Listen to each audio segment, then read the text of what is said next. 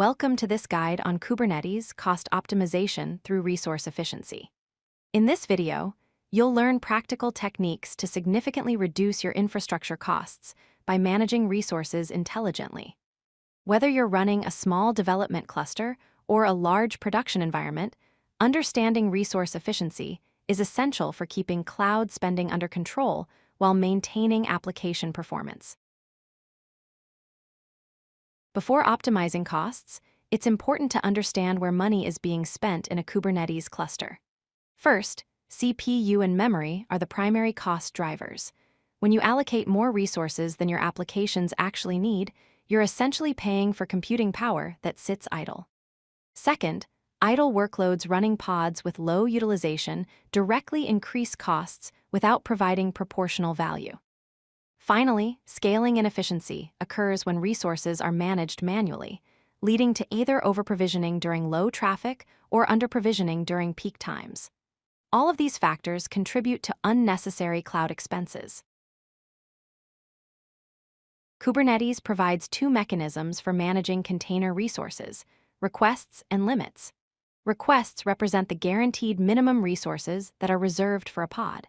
When the Kubernetes scheduler decides where to place a pod, it looks at the requests to ensure the chosen node has enough available resources. This is crucial for scheduling decisions. On the other hand, limits define the maximum resources a pod can consume. Think of limits as a safety ceiling that prevents any single container from exhausting all available resources on a node. This protection mechanism prevents resource exhaustion and ensures cluster stability. Here's how you define resource requests and limits in a Kubernetes deployment. Under the Resources section, you specify requests for memory and CPU in this example. The container requests 256 megabytes of memory and 500 millicores of CPU. The limits are set higher at 512 megabytes of memory and 1,000 millicores, which equals one full CPU core. This configuration ensures the container gets at least the requested resources while allowing it to burst up to the limit when additional resources are available. The key is finding the right balance between guaranteeing enough resources and not overallocating. Right-sizing is the practice of setting resource values that match actual application needs. Here are 4 key strategies. First, monitor actual usage patterns over time using tools like Prometheus or cloud provider monitoring services. Second, set requests based on 95th percentile usage metrics rather than peak usage, which gives you a realistic baseline that covers most scenarios. Third, configure limits 20 to 30% above requests to allow for temporary bursts in resource consumption without wasting capacity.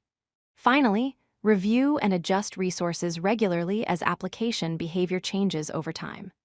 Right-sizing is not a one-time task, but an ongoing process of optimization.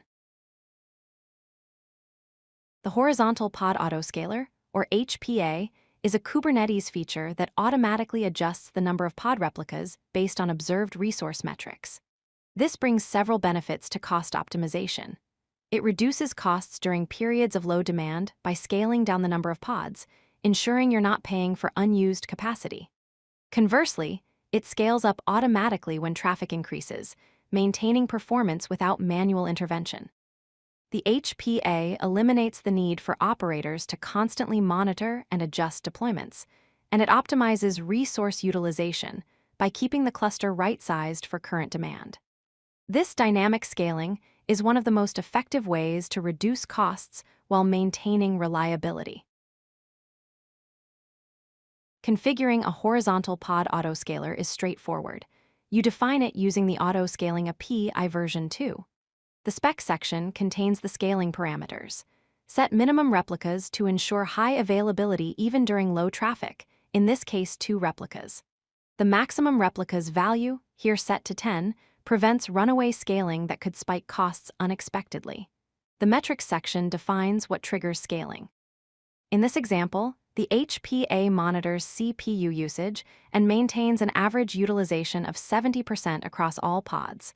When CPU usage exceeds this threshold, new pods are created. When usage drops below it, pods are removed. This keeps your cluster operating efficiently within defined boundaries. While Horizontal Pod Autoscaler adjusts the number of pods, Vertical Pod Autoscaler, or VPA, automatically adjusts the CPU and memory requests and limits for individual pods. The VPA works by analyzing historical resource usage patterns over time, learning what each application actually needs. It then right-sizes requests automatically, removing the guesswork from resource allocation. This prevents overprovisioning by ensuring pods don't request more resources than they use, which in turn frees up capacity for other workloads and reduces overall cluster costs. VPA is particularly useful for workloads with changing resource requirements or when you're unsure of optimal resource settings. Beyond autoscaling, there are several other strategies for cost optimization. First, namespace quotas allow you to limit the total resources that can be consumed within a namespace, preventing any single team or application from monopolizing cluster resources. Second, Cluster Autoscaler works at the node level, adding or removing nodes based on pod scheduling needs, ensuring you're only paying for the infrastructure you actually need. Third, spot instances or preemptible virtual machines offer significant discounts for workloads that can tolerate interruptions, such as batch processing or development environments. Finally, regular resource cleanup involves identifying and removing unused deployments, services, and persistent volumes that continue to incur costs without providing value. Let's recap the key strategies for Kubernetes cost optimization.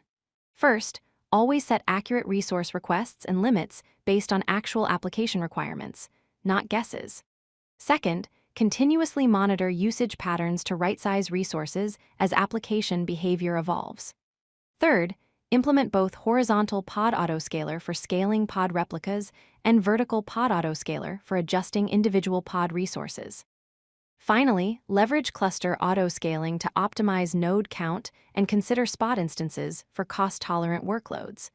By combining these techniques, you can achieve significant cost savings while maintaining the performance and reliability your applications require.